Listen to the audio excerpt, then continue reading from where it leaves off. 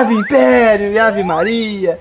Tudo bom, meu povo? Fico muito feliz em encontrar vocês novamente no penúltimo capítulo 10 motivos por que o Lula não ganhará ano que vem. Dessa vez apresentaremos o capítulo 4, 3 e 2. E eu digo, antes de começar a assistir, pega algo para comer e se concentre, porque o capítulo está muito denso, tá? Se vocês quiserem, faz até algumas anotações, porque tem bastante conteúdo, tá, gente? E eu queria novamente agradecer e pedir para vocês compartilhar, dar like e se inscrever, pois ajuda demais o canal. E então, gente, bora para esse próximo conteúdo. Motivo 4, Congresso. Parte 1. A base está ruindo. O governo Lula está perdendo a base de sustentação. E não é força de expressão. É o que está acontecendo dentro da Câmara. Os maiores partidos, inclusive a Federação União Progressista, está pulando fora. E o motivo é simples. Parlamentar vai onde tem dinheiro e voto. E hoje o governo não tem nenhum, nem o outro. O Planalto tenta segurar o Congresso com emendas, mas essa estratégia já virou chantagem. O efeito está cada vez menor. O governo deixou de pagar emendas de centenas de parlamentares até votações importantes. Mesmo assim, não consegue garantir a fidelidade. Agora, para tentar manter a base, o Planalto já cogita até envolver o STF em ameaças e manobras jurídicas. É o retrato de um governo que está perdendo o controle e queima suas últimas cartas. E é aí que a corda começa a arrebentar. Parte 2. A lógica maquiavélica do Congresso. Maquiavel dizia: os homens esquecem mais rapidamente a morte do pai do que a perda de patrimônio. E o patrimônio do parlamentar o que é? A emenda, o poder de mostrar serviço. Deputado de direita ganha voto com os robôs do Bolsonaro. Eu sou robô do Bolsonaro, robô do Bolsonaro. Esse é meu povo, eu tenho orgulho de ser de direita. Deputado da esquerda ganha voto com o gado do Lula. Mas os de centro? Esses daí dependem das emendas para sobreviver. Porque eles não têm ideologia, eles têm voto de resultado. Ou de demonstração de resultado. Ou de curral eleitoral. Se o STF cortar isso como vingancinha ao Congresso, não é questão de ego. É sobrevivência política. Mas agora minha água está acabando. E a única coisa que eu posso fazer é beber minha própria urina. Parte 3. Conclusão.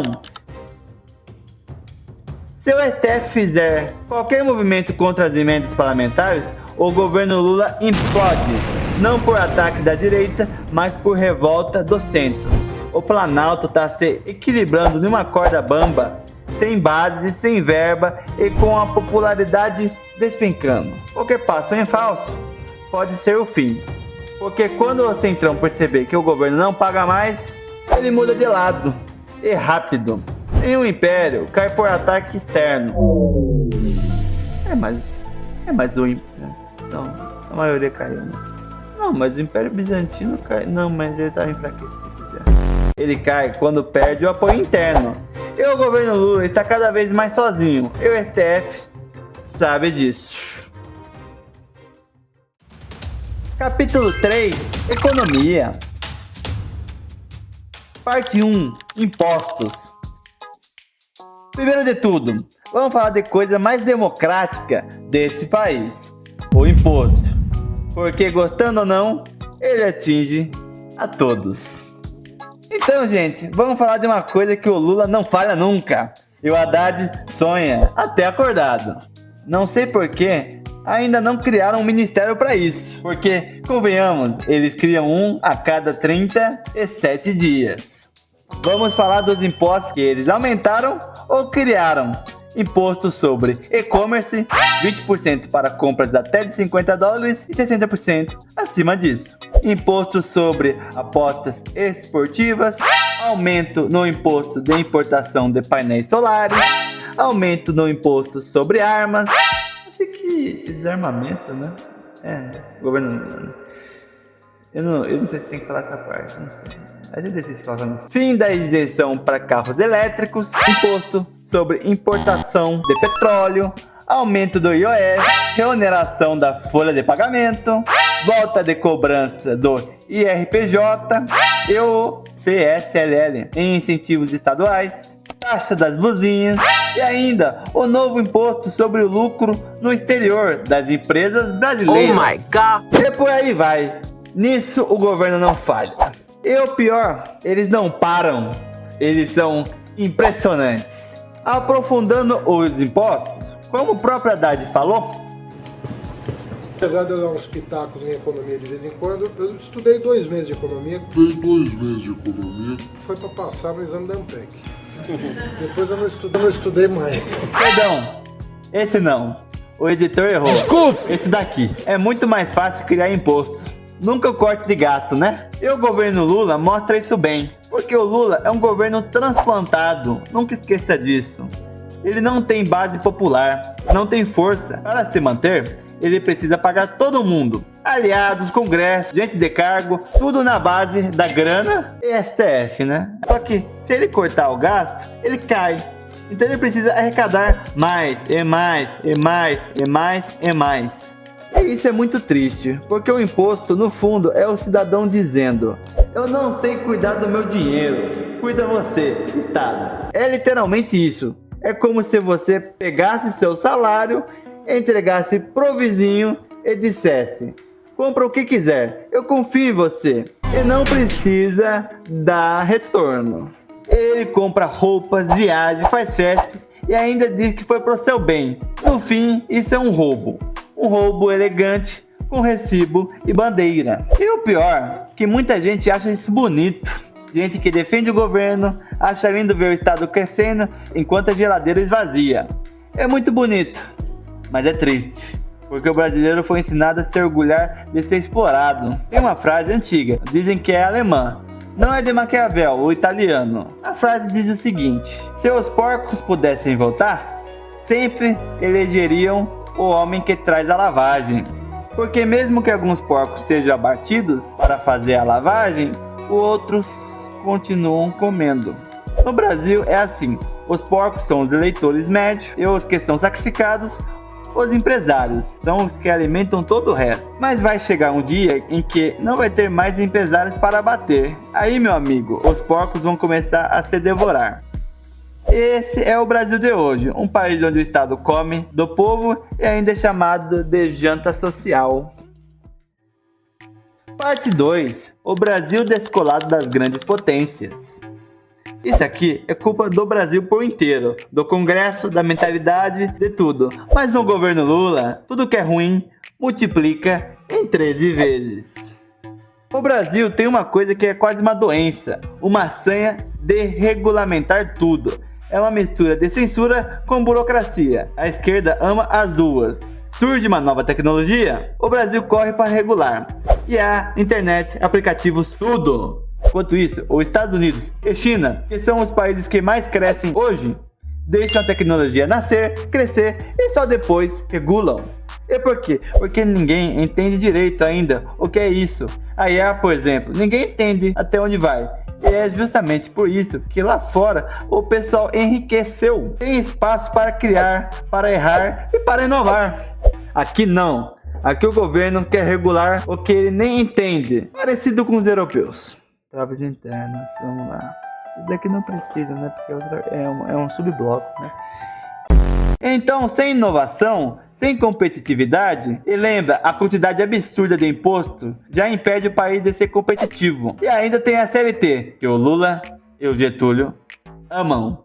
Uma das leis trabalhistas mais engessadas do planeta. E para piorar, o STF tá a poucos ministros de derrubar as PJs do país. Ou seja, o empresário brasileiro não pode respirar. Ele não tem margem, não pode inovar e ainda vive com medo de ser multado. A economia brasileira hoje não tem lastro para nada. Não pode enfrentar uma crise, não pode inovar e o cidadão comum ainda não pode se proteger, porque o Estado odeia as armas na mão de gente livre. Só deles mesmo. E sabe o que é pior? O judiciário acha que pode governar também. O Moraes acordou num dia e deu poder pro Lula mudar o IOF da maneira que bem entender. Literalmente, ele pode multiplicar o imposto em 40 vezes e acabar com a importação externa do país do dia para noite. E por isso que o dólar está saindo do país. Não é coincidência, é medo. Medo de um país onde qualquer decisão muda com uma canetada.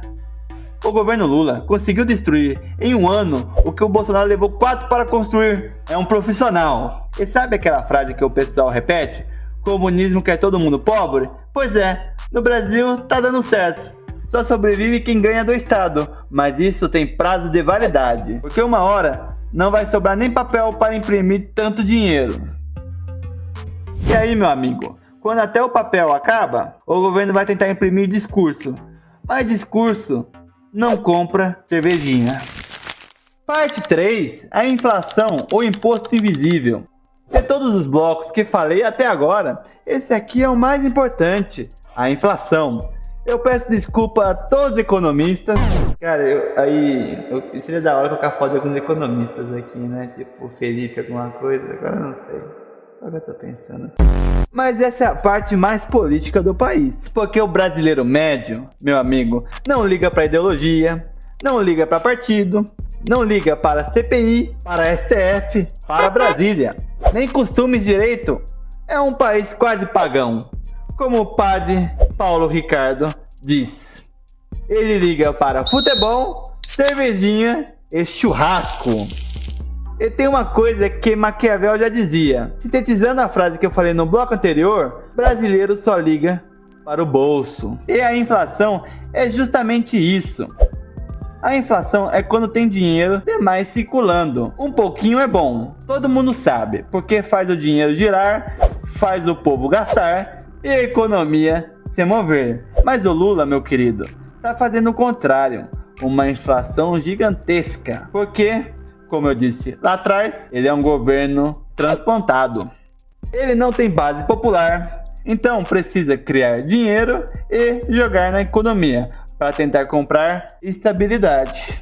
Pense comigo, a BMW faz 10 carros raríssimos, únicos no mundo, você compra 5. Aí a BMW decide fabricar mais 10 carros iguais. O que acontece com seus 5 carros da marca que você tem? Não sei! Valem menos. É assim que funciona o dinheiro. Quando o governo cria mais moeda, o dinheiro que você tem vale menos. Então o Lula não precisa enfiar a mão no teu bolso. Ele rouba desvalorizando o que você tem. Nos Estados Unidos, o dólar pode se multiplicar porque o mundo inteiro confia no dólar. Ela é a moeda reserva de comércio e de segurança mundial. No Brasil, o real só sobrevive porque o governo obriga todo mundo a usá-lo. Todo imposto tem que ser pago na moeda local, o real, como em qualquer país. Mas aqui é isso que mantém a moeda em pé. Não é confiança, é dependência. O Estado empurra o real goela abaixo. E quando imprime demais, tudo desaba. Comida, aluguel, combustível, tudo. Ano que vem, com os gastos da eleição, o Lula vai colocar ainda mais dinheiro em circulação. É o jeito dele de comprar popularidade, gastar o que não tem. Mas aí vem o preço, a moeda desvaloriza, a inflação volta. O poder de compra some. Eu, cidadão, que só queria ver o jogo do domingo, pagar a cervejinha e cuidar da família, vai sentir o peso. A inflação é o imposto mais covarde que existe, porque ele rouba de todo mundo, mas ninguém vê a mão entrando. Você tá lá, cuidando da tua vida, e de repente, o que valia 100, compra 50. É o preço da chamada democracia petista. Um país que imprime moeda para comprar voto e chama isso de política social. A inflação é um imposto invisível. E o Lula, meu amigo, está imprimindo a conta que o povo vai pagar nas próximas décadas. Parte final. Conclusão. Então, gente, a economia do Brasil tá uma merda. Não é novidade, né? Mas o Lula, ele consegue expandir essa merda. É isso que o cidadão médio vê. O povo sente o bolso apertar, o mercado subir, o aluguel aumentar. Quando o bolso dói, não tem discurso, não tem partido, não tem propaganda que segure. O Lula não vai arrumar isso. A inflação só se resolve cortando gasto. Mas o Lula não corta, ele gasta. ele depende disso. Mesmo que ele prendesse a Janja num buraco, proibisse as viagens, segurasse ministério por ministério, ainda assim a inflação só começaria a cair daqui 2 anos. E até lá já deu a eleição, que é o que importa ao petista. Ano que vem a conta vem. O preço da propaganda petista vai ser pago por quem trabalha e por quem não trabalha também, porque quando a moeda desvaloriza, ninguém escapa. E olha, não esquece dos porcos. É pesado. É mesmo. Mas é a realidade, porque no fim, enquanto o povo continuar comendo lavagem, o governo vai continuar engordando. Só que uma hora, ele vai perceber que não tem mais como engordar. E nessa hora, meu amigo, mesmo se você for um funcionário público que ganha 50 mil, vai estar ganhando apenas $1.000. É o ciclo da moeda podre, do Estado gordo e do povo cansado. E o Brasil, infelizmente, está bem no meio disso. Motivo 2. Estados Unidos. Bloco 1. O gigante americano desperta. Nada do que eu falei até agora é tão importante quanto isso. Os Estados Unidos da América. O gigante Yankee. Há décadas domina o mundo com hegemonia. É a maior força econômica, militar e política do planeta. E graças a Deus, por poucos milímetros da história, esse gigante está do lado da direita, do lado da liberdade, da ordem e da fé no indivíduo. Já em 2020, um grande filósofo, de que muitos de nós ainda sentimos muita falta, Olavo de Carvalho dizia que os Estados Unidos seria o último salvador para o Brasil. A lenda, mesmo descansando, continua acertando. Aí se deixa em uma linha preta, né? Eu tenho certeza, meus filhos e meus netos ainda viverão as consequências das previsões dele. Mas o que fez o gigante americano despertar? Foram vários fatores, todos importantes. Um deles foi o trabalho incansável de brasileiros exilados e perseguidos que se tornaram a voz da resistência fora do país. Entre eles, Paulo Figueiredo, talvez o mais querido da casa. Um homem que sempre lutou pela liberdade e que, depois de ser silenciado no Brasil, transformou a própria dor em uma cruzada pessoal. Paulo levou essa causa até o coração do poder americano, expôs a censura, mostrou o autoritarismo judicial e convenceu muitos de que o que estava acontecendo no Brasil não era democracia, era uma perseguição política. E ele não estava sozinho. Eduardo Bolsonaro também entrou nesse jogo, tornando-se representação viva do pai no exterior. O elo entre a direita americana e a direita brasileira. Juntos, abriram as portas que antes pareciam impossíveis de serem abertas. Mas a ingenuidade achar que os Estados Unidos moveram sua máquina por mera influência de 2 pessoas.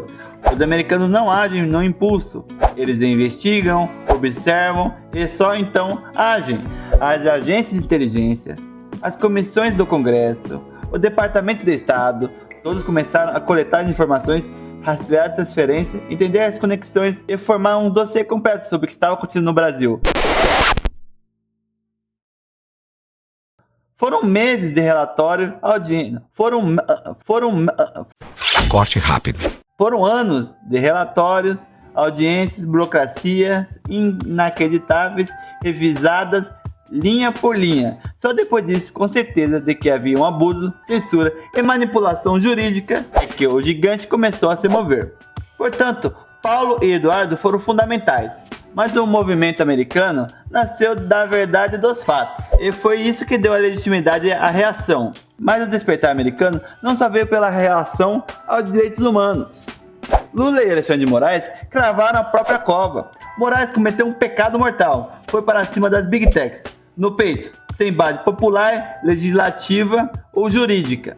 Só vontade. Tentou enfrentar o catalisador das tecnologias, Elon Musk, com ameaças e multas, como se estivesse lidando com um blogueiro de bairro.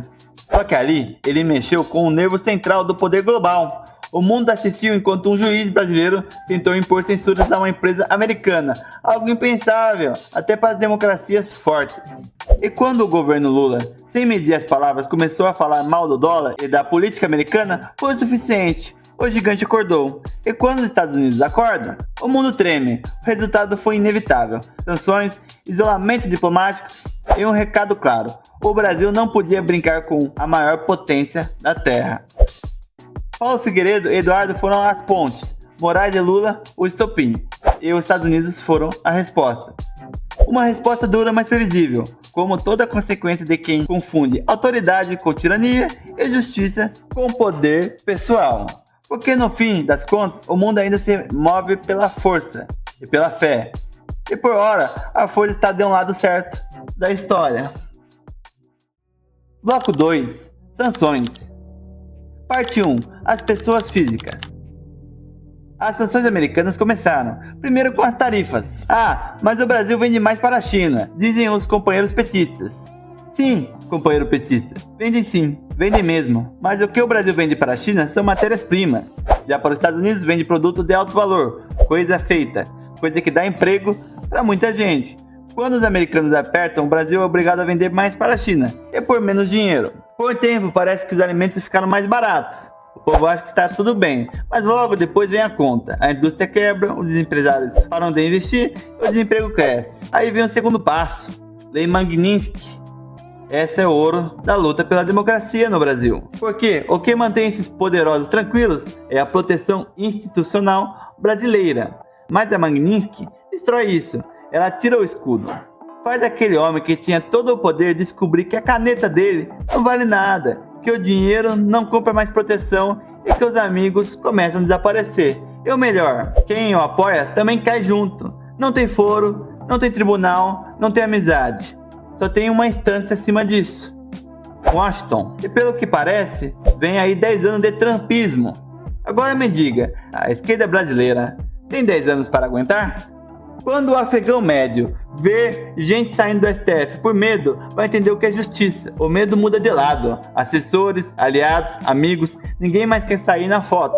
Ninguém quer perder o visto, o iPhone, nem a amizade com o tio Sam. E mesmo que o Lula ganhe ano que vem, ele vai governar com um grupo cada vez mais fraco, medíocre, feito de quem ficou porque não tem mais para onde ir. O resto, o que tem algo a perder, vai se afastar. É assim que o Império Americano age. Sem invadir, sem discurso, sem alarde. Ele só muda a temperatura e deixa os inimigos congelarem sozinhos. Parte 2. As pessoas jurídicas. Aí vem as PJs, as empresas, as parceiras, os grandes nomes. E é aí que as coisas começam a doer de verdade. Quando as autoridades percebem o cerco fechando, em vez de assumirem um erro, levantam a cabeça e gritam: soberania, soberania. Você pode colocar, né? É nacionalismo, é soberania. Mas esse nacionalismo, de última hora, é falso. A maioria dessas pessoas foi culpada pelo atraso do Brasil, pela corrupção, pela burocracia e pelos impostos que matam nossa indústria há décadas. E agora querem usar o patriotismo como escudo. Esse nacionalismo de palco pode sair caríssimo, porque empresas brasileiras que dependem dos Estados Unidos podem ser punidas junto. Imagina, meu amigo, se o Nubank é excluído da Apple Store ou da Play Store. Imagina não poder mais contratar servidores da Amazon, nem usar o e-mail corporativo da Google. Isso não é multa, é falência instantânea. Mesmo assim, essas autoridades continuam com arrogância, ameaçam, provocam como se tivessem poder. Mas o que eles não percebem é que os aliados e empresários que hoje lucram com o regime podem estar ganhando dinheiro com o próprio caixão sendo pregado. Porque o dia que uma grande sanção digital cair e o Brasil perder 100 bilhões de reais em um único dia por causa de um ministro, aí não tem discurso, não tem propaganda, nem hashtag que segure. E o melhor, ou pior para eles, Trump não está nem atacando o Brasil, ele só está cortando o acesso aos Estados Unidos. E quando o gigante americano corta o acesso, o mundo inteiro desliga o microfone. O governo brasileiro pode gritar o quanto quiser, mas lá fora ninguém mais vai ouvir. E os europeus e todo mundo livre, meu querido, pelo menos caminham. De algum jeito, pelo menos caminham. Ah, entendi, analfabeto. Vão seguir de algum jeito, pelo mesmo caminho. Vão seguir de algum jeito, pelo mesmo caminho. Porque o Ocidente, mesmo cansado e dividido, instintivamente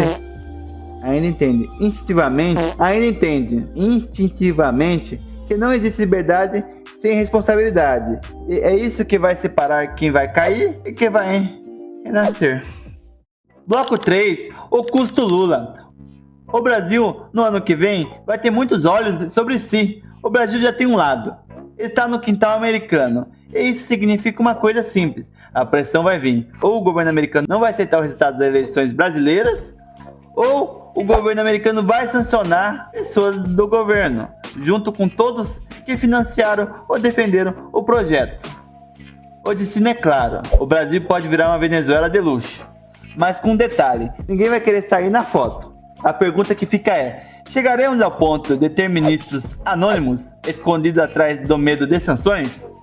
O custo para manter Lula no poder está ficando alto demais. Ele sabe disso. Desde o começo do ano, os próprios democratas americanos já alertaram: Lula precisa se preocupar com Trump e com algo que muita gente esqueceu: as facções criminosas brasileiras. Elas já começaram a entrar no radar internacional, discutida por congressistas e órgãos de segurança dos Estados Unidos. E agora, quem apoia o governo de Lula, quem se mistura com seus aliados, pode acabar sendo atingido por esse mesmo radar. Ano que vem, não será só uma disputa política, será um cerco. E no meio desse cerco, só vai sobrar quem estiver do lado da verdade. Eles estão do lado da verdade? Conclusão: o preço da falsa vitória.